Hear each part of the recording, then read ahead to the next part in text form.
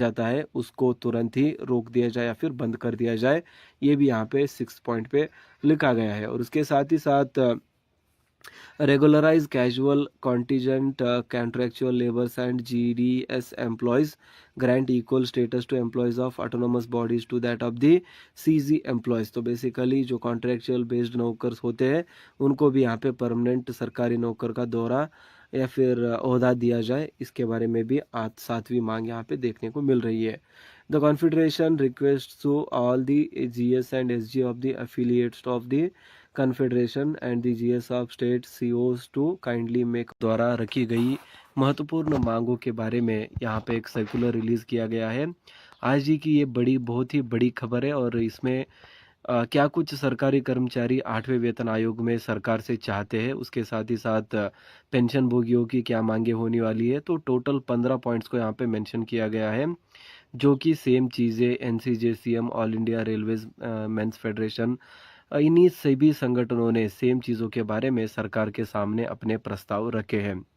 तो आज के इस वीडियो को एंड तक देखिए और आपको समझ में आ जाएगा कि सरकार के सामने एग्जैक्टली 8वें वेतन आयोग के अंदर कितने फिटमेंट की बात हो रही है, DA मेजर कितने होने वाला है, और उसके साथ ही साथ जो पेंशनर्स है जो कि 70 ईयर्स 80 ईयर्स के अबो हो जाएंगे तो 20% 30% या फिर कई केसेस में 40% तक की बढ़ोतरी की मांग भी की जाती है। तो बेसिकली ये जो मांगे 7वें वेतन आयोग में भी थी, लेकिन कुछ मांगे साकार हुई और कुछ रह गई। तो बेसिकली 8वें वेतन आयोग में इन सभी जो पॉइंट्स है इनको फुलफिल करने की कोशिश यहाँ पे की जाएगी। तो बेसिकली ये जानना बहुत ज़रूरी हो जाता है कि आखिर सरकार के सामने मांगे क्या है और सरकार इसके बारे में क्या कहती है, ये आगे आने वाले दिनों में हमें पता चलेगा। और बहुत ही बड़ी बात जो है फिटमेंट के बारे में यहाँ पे चल रही है कि आखिर फिटमेंट सरकारी कर्मचारी चाहते कितना है, क्योंकि कोई बोलता है 3.86 होने वाला है, कोई बोलता है 2.57 2.50,